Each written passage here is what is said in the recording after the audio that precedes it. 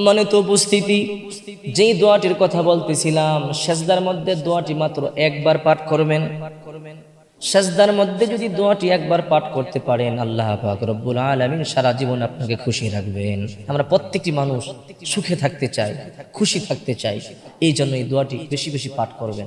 আমরা সুখের জন্য, আমরা খুশির জন্য আমরা আমাদের জীবনে কত কিছু করি, এই জন্য এই দোয়াটি সেজদার মধ্যে পাঠ করবেন। ইবাদতের মধ্যে সবচেয়ে শ্রেষ্ঠ ইবাদত হলো সেজদা, সবচেয়ে দামি ইবাদত হলো এই নামাজ, এই সালাত। হযরত আবু হুরায়রা রাদিয়াল্লাহু তাআলা আনহু বলেন, বিশ্বনবী মুহাম্মদুর রাসূলুল্লাহ সাল্লাল্লাহু আলাইহি ওয়াসাল্লাম বলেছেন, যখন কোন আদম সন্তান আল্লাহর কুদরতি কদমে সেজদা দেয়, শয়তান পাশে দাঁড়িয়ে থাকে, শয়তান পাশে দাঁড়িয়ে কান্না করতে থাকে আর আফসোস করতে থাকে, হায় আফসোস, এই সেজদার জন্য আজকে আমি বঞ্চিত হলাম, পাপিষ্ঠ হলাম। আল্লাহ পাক আমাকে সেজদা দেওয়ার জন্য বলেছিল, কিন্তু আমি সেজদা দিলাম না আদমকে, এই জন্য আজকে আমি বঞ্চিত, আজকে আমি জাহান্নামী। আর আজকে আদম সন্তান কত সুন্দর করে আল্লাহর কুদরতি কদমে লুটিয়ে পড়ে, এই জন্য আল্লাহ তাআলা আদম সন্তানকে জান্নাত দিয়েছেন। এই জন্য শয়তান আফসোস করে করে কান্না করতে থাকে। এই জন্য বেশি বেশি সাজদা দিবেন। আল্লাহর একদম নিকটতম, নিকটবর্তী হওয়ার মাধ্যম হলো সেজদা। আপনি আল্লাহর সবচেয়ে কাছাকাছি যেতে চান, তাহলে বেশি বেশি সেজদা দেন। ওয়াসজুদ ওয়াকতারিব, যে যত বেশি সেজদা দিবে আল্লাহর নিকটে চলে যাবে।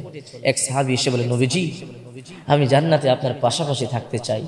তো রাসূল পাক সাল্লাল্লাহু আলাইহি ওয়াসাল্লাম বলেন, সাহাবী, ঠিক আছে, তুমি যদি জান্নাতে আমার পাশাপাশি থাকতে চাও, তাহলে তুমি সেজদা দিয়ে আমাকে সহযোগিতা করো, বেশি বেশি সেজদা দাও। তুমি যদি বেশি বেশি সেজদা দাও, তাহলে ইনশাআল্লাহ আমার সাথে তুমি জান্নাতে থাকবে।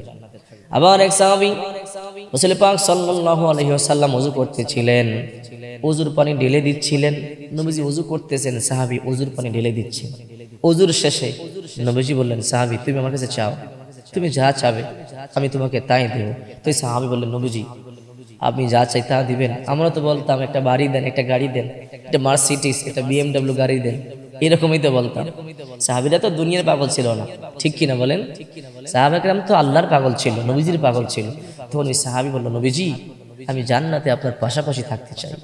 তো রাসূল পাক সাল্লাল্লাহু আলাইহি সাল্লাম বললেন, তুমি বেশি বেশি সাজদা দাও, সাজদা দিয়ে আমাকে সহযোগিতা করো। এই জন্য বেশি বেশি সাজদা দিবেন। যত বেশি সাজদা দিবেন, তত আল্লাহর নিকটবর্তী হয়ে যাবেন। যেই দোয়াটির কথা বলতেছিলাম, সেজদার মধ্যে এই দোয়াটি মাত্র একবার পড়বেন, নফল সেজদার মধ্যে, ফরজ সালাতে পড়বেন না, নফল সালাতের মধ্যে আপনি সেজদার মধ্যে এই দোয়াটি পড়বেন। সুবহানাজিল জাবারুতি ওয়াল মালাকুতি ওয়াল কিবরিয়াই ওয়াল আজমাতি। এই দোয়াটি ছোট্ট একটি দোয়া না? আমরা আসলে অনেকেই হয়তো মুখস্থ জানি, কিন্তু আমলের নিয়মটা জানি না। যখন আপনি সাজদা দিবেন, সাজদার মধ্যখানে পড়বেন সুবহানাজিল জাবারুতি ওয়াল মালাকুতি ওয়াল কিবরিয়াই ওয়াল আজমাতি। সাজদার মধ্যে এই দোয়াটি পাঠ করবেন। নফল সালাতের মধ্যে সাজদার মধ্যে গিয়ে যদি আপনি এই দোয়াটি পাঠ করে আল্লাহ পাক রব্বুল আলামিনের কাছে যা চাবেন, আল্লাহ পাক আপনাকে তাই দিবেন, সব দিবেন, যা চাবেন। আর আল্লাহ পাক আপনাকে সবসময় খুশি রাখবেন। আমরা তো খুশি থাকতে চাই, কিন্তু মানুষ চাইলেই সুখে থাকতে পারে না, মানুষ চাইলেই খুশি হতে পারে না। আল্লাহ পাক রব্বুল আলামিন যদি আমাদেরকে খুশি না রাখেন, তো সেজদার মধ্যে এই দোয়াটি পাঠ করবেন, ইনশাআল্লাহ আল্লাহ পাক রব্বুল আলামিন সারা জীবন আপনাদেরকে খুশি রাখবেন। আল্লাহ পাক এই আমলগুলো বেশি বেশি করবার তৌফিক দান করে, সকলে করি আমিন।